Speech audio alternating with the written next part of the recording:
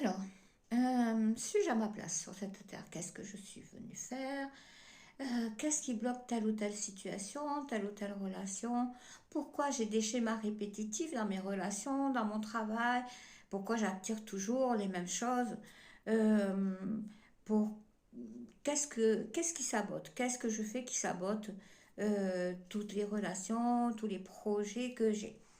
Bonjour à tous, alors j'espère que vous allez bien. Je vais vous montrer un genre de tirage que je fais avec des oracles. Alors moi j'utilise l'oracle des portes de l'âme, euh, l'oracle de la mission d'âme, le petit oracle de l'intuition et l'oracle message de ton âme.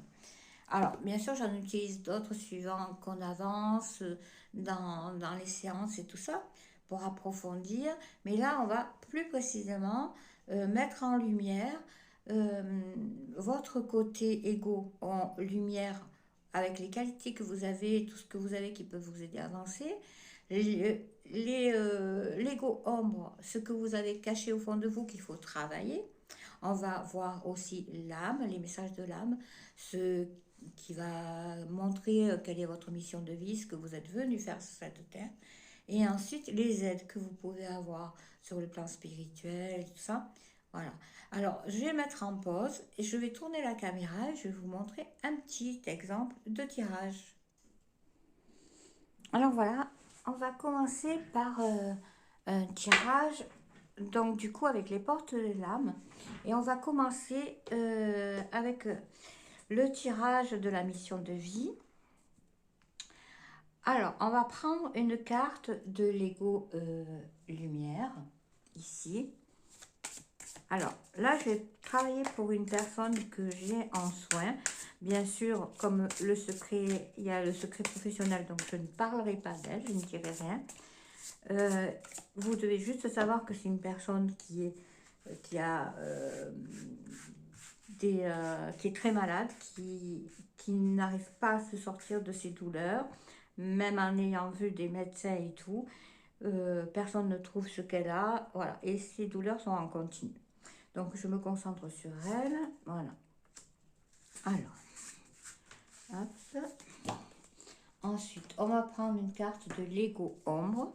Donc l'ego ombre, c'est ce qu'elle doit dépasser, son défi, ou des choses qui viennent du passé, qui la bloquent.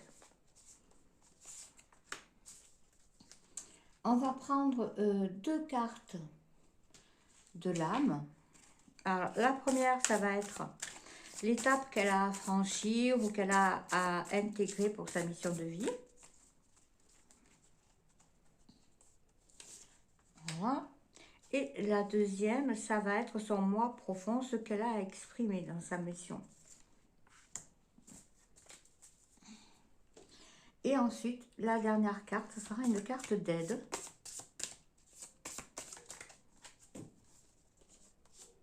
Sur quelle elle peut compter. Voilà. Alors, on va commencer par l'ego lumière. Et on voit ici que c'est l'allègement. Il faut qu'elle aère sa tête, qu'elle porte loin son regard.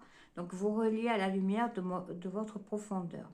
Il faut qu'elle voie les bonnes choses et qu'elle arrête de se prendre la tête pour tout et pour rien. On va faire succinctement parce que c'est plus profond, hein, il y a plus de messages avec ces cartes-là. Mais on voit que cette personne doit laisser aller certaines choses parce elle se prend énormément la tête, d'accord? Et elle a cette possibilité d'allègement, de s'alléger par elle-même. Elle a tout ce qu'il faut pour sortir tout ce qui lui passe par la tête et s'alléger la tête. Voilà. Ensuite, on va parler de l'ego ombre, ce qu'elle a à dépasser, son défi. Là, on parle de contrôle. Alors, le petit message, c'est cesser de tout contrôler, alors vous récupérerez votre énergie vitale pour avancer. On voit là, alors la créatrice a fait les petits bonhommes en papier et c'est pas mal intéressant parce qu'elle les a mis en situation. Donc on voit ce petit bonhomme qui est sur les feuilles, là, qui essaie de tout tenir. Voilà, il a des branches, un peu de fleurs et tout ça. Mais il essaye de tout contrôler et il est parfois en équilibre parce qu'il doit tout gérer, il n'arrive pas à se poser et à laisser faire les choses. Donc, il faut que cette personne dépasse le fait de tout vouloir contrôler, qu'elle voit que son corps est vraiment, on va dire, euh, un peu durcie, un peu raide par rapport à ce contrôle. Parce qu'elle veut tout avoir à portée de main, tout pouvoir contrôler. Voilà. Donc ça, il faut qu'elle travaille sur ce contrôle. Alors, on va voir la carte de l'âme, ce qu'elle a à franchir et à intégrer. Et nous, on nous dit qu'il faut qu'elle se recentre. C'est le centrage. Donc, focalisez-vous sur le but, sur votre but. Est une grande force intérieure, vous y sera au plan de votre âme. Donc, il faut qu'elle se recentre sur ce qui est important dans sa vie. Savoir déléguer les choses, mais il faut vraiment qu'elle se recentre sur elle, sur ses besoins à elle et pas sur les besoins des autres tout le temps. Euh, euh, Puisque c'est une personne qui a tendance à faire les choses par rapport aux autres. Donc, il faut qu'elle se focalise sur elle, sur ce qu'elle veut elle. D'accord? Ensuite, on a l'aide qu'elle peut espérer avoir. On a le guide spirituel. Je suis à vos côtés, qu'attendez-vous de moi? Je suis à votre écoute. Donc là, on voit que elle a cette petite lumière au-dessus d'elle qui peut l'aider à tout dépasser, mais qu'elle ne s'en sert pas. Donc, il faut qu'elle fasse appel à son guide. Euh, pour ça, il y a des exercices à faire qui sont très simples d'ailleurs, et pour vous permettre de vous connecter à votre guide. Donc il faut qu'elle se connecte à son guide et lui demander de l'aide. Parce que si on ne demande pas d'aide, on n'en reçoit pas puisqu'on a le libre arbitre. D'accord? Ensuite, la part de l'âme, c'est son moi profond, ce qu'elle a à exprimer. De la générosité. Montrez-vous.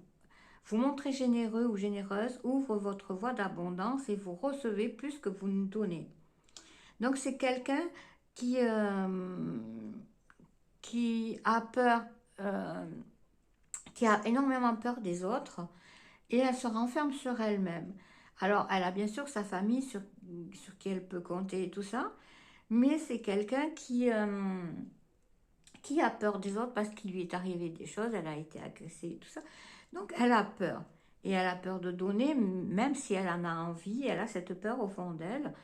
Et elle reste bloquée là-dessus. Donc, comme son corps a des douleurs de partout, elle est raide partout, c'est ce que dit cette carte-là. Donc, dans tout son corps, il y a des raideurs, elle sent des douleurs, elle sent des raideurs. Elle n'arrive pas à dépasser ça, mais parce qu'elle doit dépasser cette peur et donner. Alors, ça ne veut pas dire matériel, hein, c'est donner de l'amour, donner de sa confiance, donner un peu d'elle-même ensuite elle recevra. Parce elle est dans un, on peut dire, son cœur est noirci par cette peur. Elle n'est pas mauvaise, hein, elle n'est pas une dame qui est mauvaise. Je ne dis pas que son cœur est noirci par la méchanceté, mais c'est juste par la peur. Elle a ce côté sombre, euh, ce côté d'angoisse qu'il a meurtri. Voilà. Et il faut qu'elle dépasse cette angoisse, qu'elle arrive à refaire confiance à des personnes, parce que toutes les personnes ne sont pas mauvaises, toutes les personnes ne lui veulent pas du mal. Donc il faut qu'elle dépasse ça. Voilà. Là, on va continuer avec les cartes du petit oracle de la mission d'âme. Donc là, on voit déjà que sur cette terre, elle est venue apprendre à, euh, euh, à se faire confiance et à donner de l'amour, d'accord? Mais surtout à se faire confiance et à alléger ses peurs. Voilà. Alors, on va commencer avec son aura. Qu'est-ce qui doit être travaillé dans son aura ou qu'est-ce qu'elle a déjà dans son aura? Alors, le corps physique, ça tombe très bien puisque c'est des douleurs physiques que cette dame a. Si précieux, il était confié pour vivre sur le plan terrestre grâce à tes besoins il est en bonne santé, alors sa vibration s'élève. Et tu peux ressentir la présence de ton âme, ta vie s'illumine. Donc il faut qu'elle prenne soin de son corps. Quand il sera en bonne santé, elle élèvera sa vibration. Mais il faut vraiment qu'elle prenne soin de son corps physique. Parce que le problème chez elle, c'est son corps physique. Ensuite, on a le règne. Dans quel règne, ou quel règne peut l'aider, ou dans quel règne vit-elle, voilà. Quel règne peut venir à son aide. Alors, on a ici le règne du petit peuple. Les elfes, les fées, ondines sont partout. Ils élèvent ta vibration et illuminent ton aura. Leur présence bienveillante t'enveloppe et t'insuffle des messages pour spiritualiser ton quotidien. Donc là, on voit que, alors c'est quelqu'un qui a un jardin et tout ça, peut-être qu'elle doit se reconnecter aux esprits de la nature, qui lui apporteront beaucoup, parce qu'elle adore son jardin, et elle ne peut pas, avec les douleurs, s'en occuper autant que ça, et elle a besoin de ce jardin, de se connecter à cette nature, oui, à l'esprit de la nature, pour élever sa vibration. Ensuite, on a l'initiation. Qu'est-ce qu'elle est? De quoi on lui parle au niveau initiation? On lui parle d'âme sœur. Par amour et connexion spirituelle, elle se présente pour achever une histoire ou un projet démarré autrefois. Vis la joie de chaque divine retrouvaille. Cette fois, le monde est à vous. On lui dit qu'il faut qu'elle se connecte à son âme sœur, qu'elle retrouve son âme sœur. Pour moi, d'après ce que je ressens, elle est auprès d'elle. Elle a quelque chose à achever. Quelque chose qu'elle a démarré dans une autre vie, qui n'a pas été achevée. Et j'ai l'impression qu'elle a peur d'achever cette mission, qu'elle reste bloquée justement parce qu'elle est trop dans le contrôle. Et elle a peur de ne pas y arriver. Ensuite, on a son pouvoir. Alors, quel pouvoir a-t-elle? Le pouvoir de l'imagination. Alors, c'est très important, le pouvoir de l'imagination. Ce que tu imagines avec amour et ferveur réjouit ton âme. Depuis cet espace sans limite, tu crées les possibilités alignées sur l'énergie créative de l'univers. Tu la diriges vers tes désirs. C'est quelqu'un qui doit utiliser son imagination, qui doit se réjouir, faire les choses avec amour et pas avec peur. Comme je vous l'ai dit tout à l'heure, elle est énormément dans la peur de l'autre, la peur de ce qui peut arriver, la peur de mourir. Et il faut, pour se sortir de là, surpasser cette peur, dépasser cette peur. C'est plus se surpasser à son niveau. Et au lieu d'imaginer des choses négatives, aller vers le positif. D'accord? Parce que, comme beaucoup d'entre vous, c'est quelqu'un qui imagine le pire, qui imagine que si elle commence quelque chose, ben, ça va tomber à l'eau. Si elle veut voir quelqu'un ou quoi, faire confiance à quelqu'un, ben, elle ne peut pas parce qu'elle se dit qu'il va la trahir.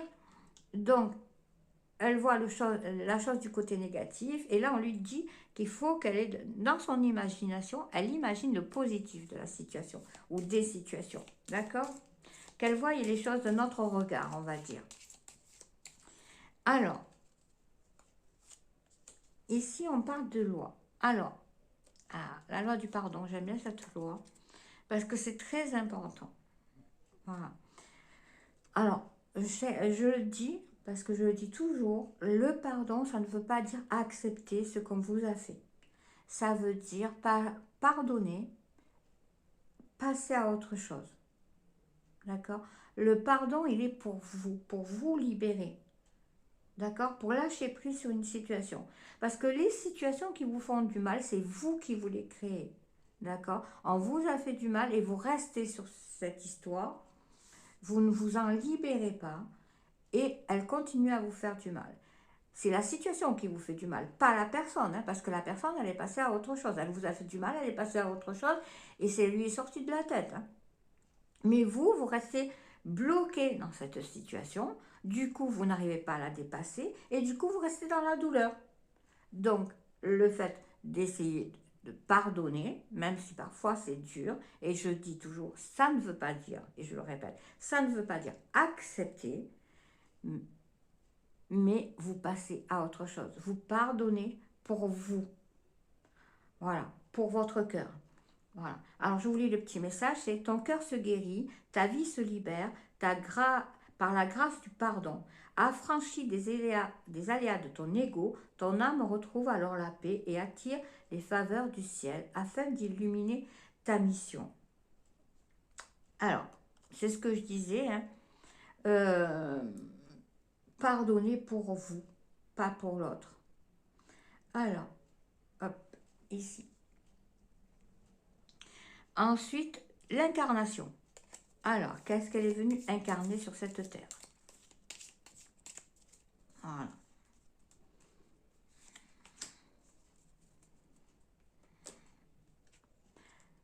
Le réveil. Des signes te montrent qu'il est temps d'écouter ton cœur. Toutes tes expériences t'ont préparé à vivre ton vrai but.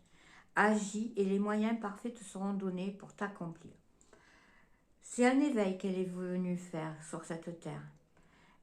C'est le moment où elle doit ouvrir les yeux, écouter que les signes qui lui montrent que la vie sur terre n'est qu'un passage pour vivre une expérience, avancer, s'améliorer, que l'esprit et l'âme s'améliorent et puissent avancer et s'élever. Voilà. Donc elle est dans un moment de réveil, d'éveil, où elle commence à comprendre que tout ce qu'elle est venue faire sur cette terre n'est qu'une expérience, qu'un passage, qui a d'autres choses après, et au plus elle va souffrir, ça va être dur pour elle, au plus elle va s'élever vite. C'est difficile à comprendre, mais on est là pour incarner et apprendre une leçon. Voilà. Alors pour moi, c'était le deuil que j'ai vécu très jeune, d'accord? Voilà. Et que je suis arrivée à comprendre avec un travail sur moi. Voilà. Et beaucoup d'entre nous sont dans cet apprentissage que la mort n'est pas une fin et que on fait un deuil d'un corps physique, d'une personne physique, mais pas d'un esprit, pas d'une âme. Parce que l'esprit et l'âme sont toujours auprès de nous, sont toujours là, et on peut entrer en contact avec elles. Je ferai une vidéo sur ça, et si ça vous intéresse, vous pouvez me le dire. Alors, donc, le guide, pour elle, c'est le phénix. Donc, le petit message: explorateur de l'âme immortelle, il détient le secret de la vie éternelle, reçoit sa force alchimique pour renaître après chaque déception, revers, rien n'arrête son esprit de vie. Alors, comme vous savez, le phénix, c'est un oiseau qui renaît de ses cendres. D'accord? Donc, ce qui explique bien ce que je disais tout à l'heure, c'est qu'on est là sur cette terre pour un passage. Mais qu'on renaît après notre mort, notre âme, alors elle n'est pas morte, elle se libère du corps physique, elle voit tout ce qu'elle a appris, tout ce qui l'a fait avancer dans l'autre monde. Et après, on a des renaissances. Et à chaque fois qu'on a une renaissance, qu'on a une nouvelle vie, on va apprendre de nouvelles choses. Voilà. Alors, on va finir par la famille d'âmes. De quelle famille d'âmes? À quelle famille d'âmes, pardon, appartient-elle? On a la famille d'âmes de cœur. Alors, ça revient toujours à ce que je vous disais tout à l'heure. Elle est là pour apprendre à aimer. D'accord? L'amour est son identité vibratoire suprême, la tolérance, la bienveillance, la compassion guident toutes ses actions. Toi aussi, tu portes cette divine inspiration. Ose suivre ton cœur. Donc, ce qu'elle est venue apprendre, ce qu'elle est venue faire, la famille à laquelle elle appartient, donc c'est l'amour. Et ça rejoint tout ce que je vous ai dit tout à l'heure. C'est une femme qui a peur de faire confiance, qui a peur d'aimer les autres, parce qu'elle a été déçue, parce qu'elle a eu euh, des blessures, parce qu'elle a été agressée, et elle a du mal à aimer, à faire confiance, à donner son amour. Voilà. Alors là, on voit un peu à quel niveau elle en est, parce qu'on voit qu'elle est au niveau de l'arbre de vie, elle est encore dans le bas. Elle a monté pour quelques aspirations, puisque là on voit qu'elle a l'initiation, son incarnation, elle est au milieu de son incarnation parce qu'elle est au moment du réveil, d'accord. La loi du pardon, elle a la famille d'âme, c'est une famille de cœur, donc c'est une famille qui est très élevée, mais elle est encore, voilà, encore avec son pouvoir d'imagination, elle a le corps physique qui doit travailler pour le moment, donc avant de s'élever encore plus. On va tirer. Alors, là, je ne vais pas faire tous les sujets pour le petit oracle de l'intuition. On va juste tirer une carte. Voilà. Alors, c'est la carte de l'aide. Et on a Merlin.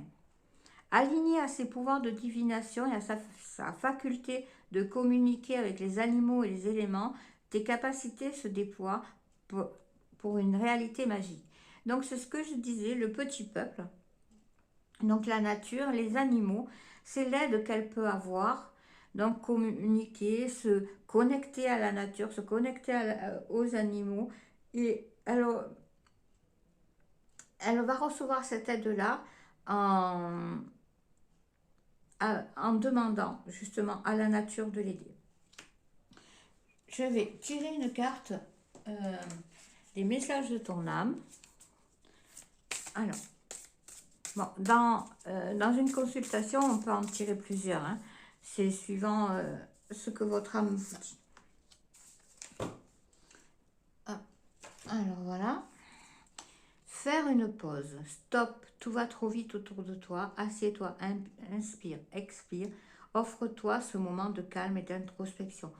Je vous l'ai dit tout à l'heure, c'est une dame qui doit regarder en elle-même, qui doit puiser en elle-même pour faire ressortir la lumière qu'elle a. Son côté ombre, voilà, on avait ici le côté de la lumière avec l'allègement, donc s'alléger l'esprit, donc respirer, inspirer pour s'alléger l'esprit et enlever le contrôle, vous voyez, arrêter avec le contrôle de tout, le vouloir de tout contrôler, voilà.